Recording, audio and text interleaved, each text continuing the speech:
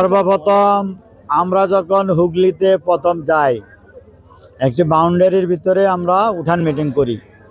ওইখানে ফার্স্ট দিয়ে কিছু সংখ্যক সন্ত্রাসী, দাঁড়ের শীষের কিছু সংখ্যক সন্ত্রাসী বারবার মিছিল করে যায়। তখন আমরা আমাদের পথসভা সমাপ্ত করে সামনে যাই। তারা আমাদের উপরে চড়া হয়, আক্রমণ করার চেষ্টা করে। সেখানে পুলিশ তাদেরকে সরিয়ে দেয়। আমরা তখন চলে আসি।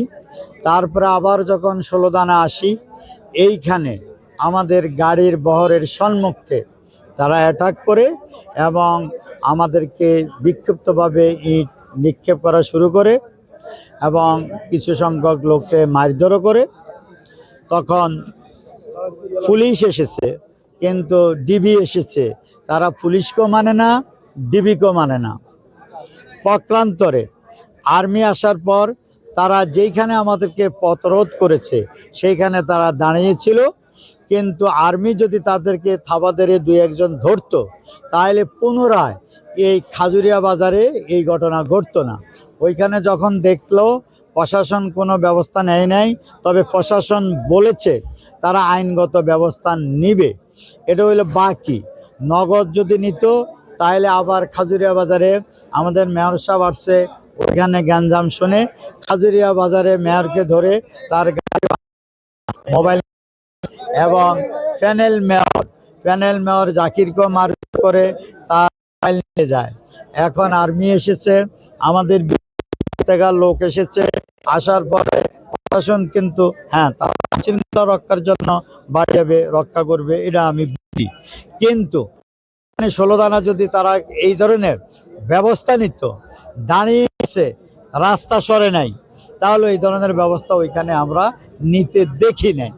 কিন্তু আবার যখন অ্যাটাক করলো, যখন চতুর্দিকের থেকে আমাদের ছেলেমেয়েরা আসলো, কিন্তু তাদেরকে শান্ত করার জন্য ওনারা আইনি পদক্ষেপ নিয়েছে।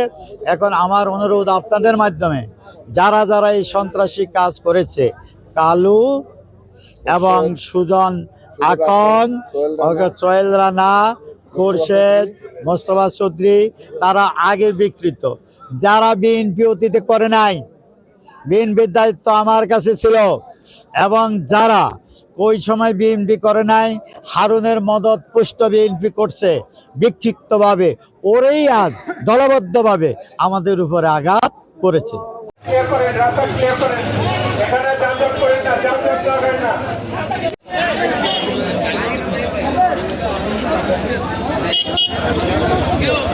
মানে বিশৃঙ্খল পরিস্থিতি সৃষ্টি করেন এটা ঠিক হবে না।